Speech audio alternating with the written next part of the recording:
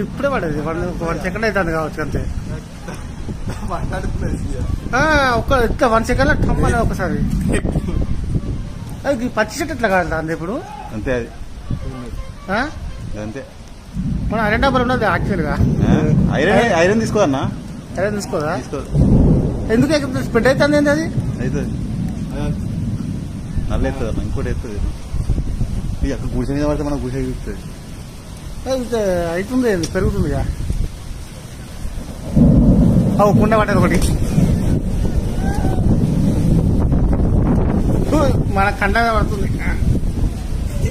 మళ్ళీ కూడా పడాలి.